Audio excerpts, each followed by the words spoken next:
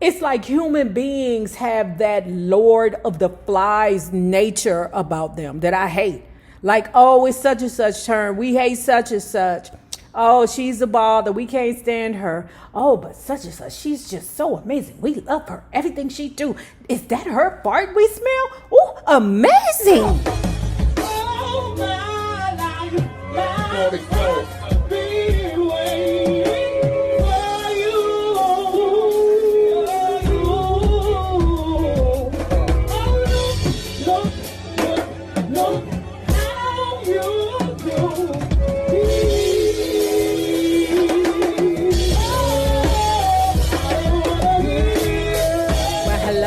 bugs. Hello there, Bellas. If you have not already done so, please remember to like, share, tell a friend, subscribe, and tip your favorite narrator via Cash App at $NayRob on YouTube. And if you are not already a part of this book club, please hit the Patreon link below in the description bar and or the join button here on the YouTube. And for a small monthly fee of $5, you babies, yes you, can be privy to all the shenanigans before the YouTube gets it, if the YouTube gets it. Now let's continue reading The Marvelettes by Mark Taylor. We're not getting a lot of views. I guess they don't like these ladies so much. So this is, we're going to push through this. Okay. You know how we do over here. If we're not getting the views, it's not worth the time. And time is what? Money. After 12 one-nighters in 13 days, the tour finally ended with a 10-day engagement at the Apollo Theater in Harlem. A drab building of 5 floors of tiny, dreary dressing rooms. The Apollo, nevertheless, was one of the most famous presentations in the world and was usually the dream of most young black entertainers. However, Harlem's audiences were known to be brutally frank. If they liked you, you knew it. And if they did not like you, you also knew it by the booing and hissing and occasionally having things thrown at you. As a result, it was often stated that if you can make it at the Apollo, you can make it anywhere. All of the Motown artists were equally as nervous and excited about the opportunity to play the Apollo. By the time the tour ended with a December 17th date in Pittsburgh, everyone was glad to be back in Detroit in time for Christmas. Regardless of how many people you met, friends and relationships you've established. Regardless of how many people you met, friends and relationships you established, coming home and being home for the holidays is the best, says Catherine. Most of the times we were able to take it and spend time with our families, but in most cases too, we were going to the Fox Theater. That allowed for all of us, the Motown stable and artists, to be with our families while performing at the Fox Theater. We were at the Fox pretty much every holiday. Motown would usually have us close, near home, working. The year 1962 proved to be the finale of the Marvelettes' reign as Motown's #1 girl group. Strange I Know was an out of sight, out of mind tune that was written by the team of Brian Holland, who also produced it, Freddie Gorman and Lamont Dozier, and was perhaps something of a finale to the Please Mr. Postman story. Here Gladys's character has fallen out of love with a faraway boyfriend. Strange I Know was popular with the black audiences and reached number 10 on Billboard R&B chart early in 1963. In the summer of 1963, the Marvelettes released My Daddy Knows Best, written by Berry Gordy. Gladys sang lead on this moderately paced tune with a typical girl group thing. The live album was the Marvelettes' fifth LP in 2 years, a clear indication of Motown trying to milk the group's success while they were still one of the label's premier acts. Catherine points out the most important thing about us was that the girls are hot. Let's see what we can get out on them next. Since they more or less have fans and have a following, let's see how fast we can get another record out on them. Let's try to get as many out as we possibly can because we don't know how long this is going to last. Sounds about right. As the Marvelettes saw their 1963 single fail to reach the lofty heights of their songs from the previous year, and they were shifted around from one producer to another, Martha and the Vandellas replaced them as Motown's top girl group. One of you all put that in the comment section saying that the Supremes were not next up. It was Martha Reeves and the Vandellas. Okay, thank you for that information. Like I said, you hussies always correct me. Lead singer Martha Reeves already had some seasoning by the time she came in Motown. As the tenor of a female quartet called the Delphis, she gained experience in the studio, backing up local soul singers J.J. Barnes and Mike Hanks, and the group cut a single of their own in 1961 for the Checkmate label. Chess Records, Detroit-based affiliate. Reeves went to Motown to audition as a singer, but was instead offered a job as A&R secretary to Mickey Stevenson, a position she accepted. Having gotten her foot in the door at Motown, Reeves was able to bring in her fellow group members, Annette Beard, Rosalind Ashford, and original lead singer Gloria Williamson for work as session background singers on Motown recordings. Among the most notable sessions were backing Marvin Gaye on Stubborn Kind of Fellow, Hitchhike, and Pride and Joy. The group also got a chance to record a single of their own. Since they were still under contract as the Delphis, Motown changed their name to the Bells for the 1962 release of You'll Never Cherish a Love So New, backed with There He Is at My Door.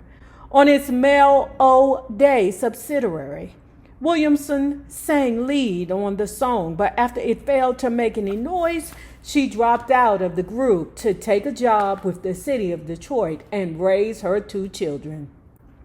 Reeves, pause. This is what you new ninjas need to understand. It's like people don't understand. If you can't pay your bills, get a job.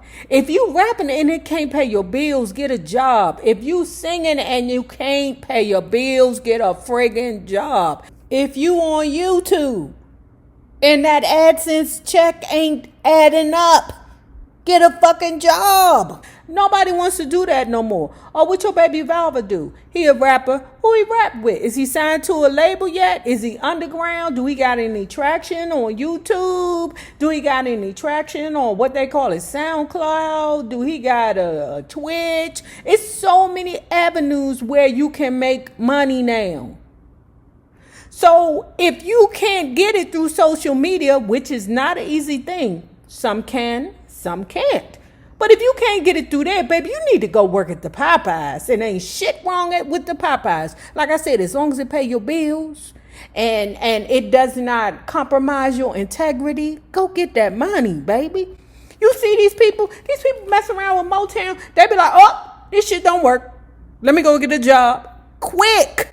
You hear me? Let me go find a husband. Quick. Don't forget that Mary Wells had some issues going on. And that Martha Reeves. I forget which one was the one that David Ruffin tried to jump over the table for and choke. But both of them got some mental health issues, okay? So we ain't surprised that Mary Wells didn't show up. Is that the My God lady? Nothing you can do, 'cause I'm stuck like glue to my God. Yeah. Yeah, remember, she was living in her car at the time of Motown 25. Berry Gordy then instructed the trio to come up with a new permanent name. The moniker Vandellas was created when Reeves combined Van Dyke Avenue with that of the singer Della Reese. I'll Have to Let Him Go was released by Martha and the Vandellas in the fall of 1962 and sank without a trace. Despite this setback, Motown still saw the group as a potentially viable act. They were paired with the Holland Dozier Holland team for Come and Get These Memories, a tune that was recorded in 1962 but would not be released as a single until February 22nd, 1963.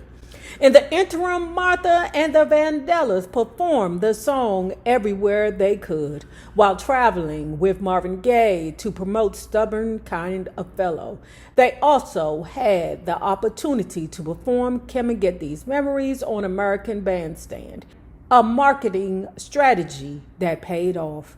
After Motown finally released the single, it had instant recognition among listeners and became a hit. Come and Get These Memories reached number 6 on the Billboard R&B in the spring of 1963 and made pop top 30. Later this summer, of the Vandellas and HDH achieved national prominence with Love Is Like a Heat Wave. Heat Wave, a tune that Reeves vocally tore up, sat atop the Billboard R&B chart for 4 weeks and crossed over to number 4 on the pop chart. The group maintained its momentum when Quicksand, a heat wave sounded like, was nearly as well received as its predecessor upon its release in the fall. With 3 straight hits, Martha and the Vandellas were suddenly at the forefront of Motown's growing empire, as their success came at a time when the Marvelettes were hitting a lull. Many observers saw it as something of a passing of the torch. You could feel the lull, recalls Catherine. Maybe no one knew what direction they wanted to take us. Whatever we recorded was directed primarily by the producers or Barry or whoever would be in charge.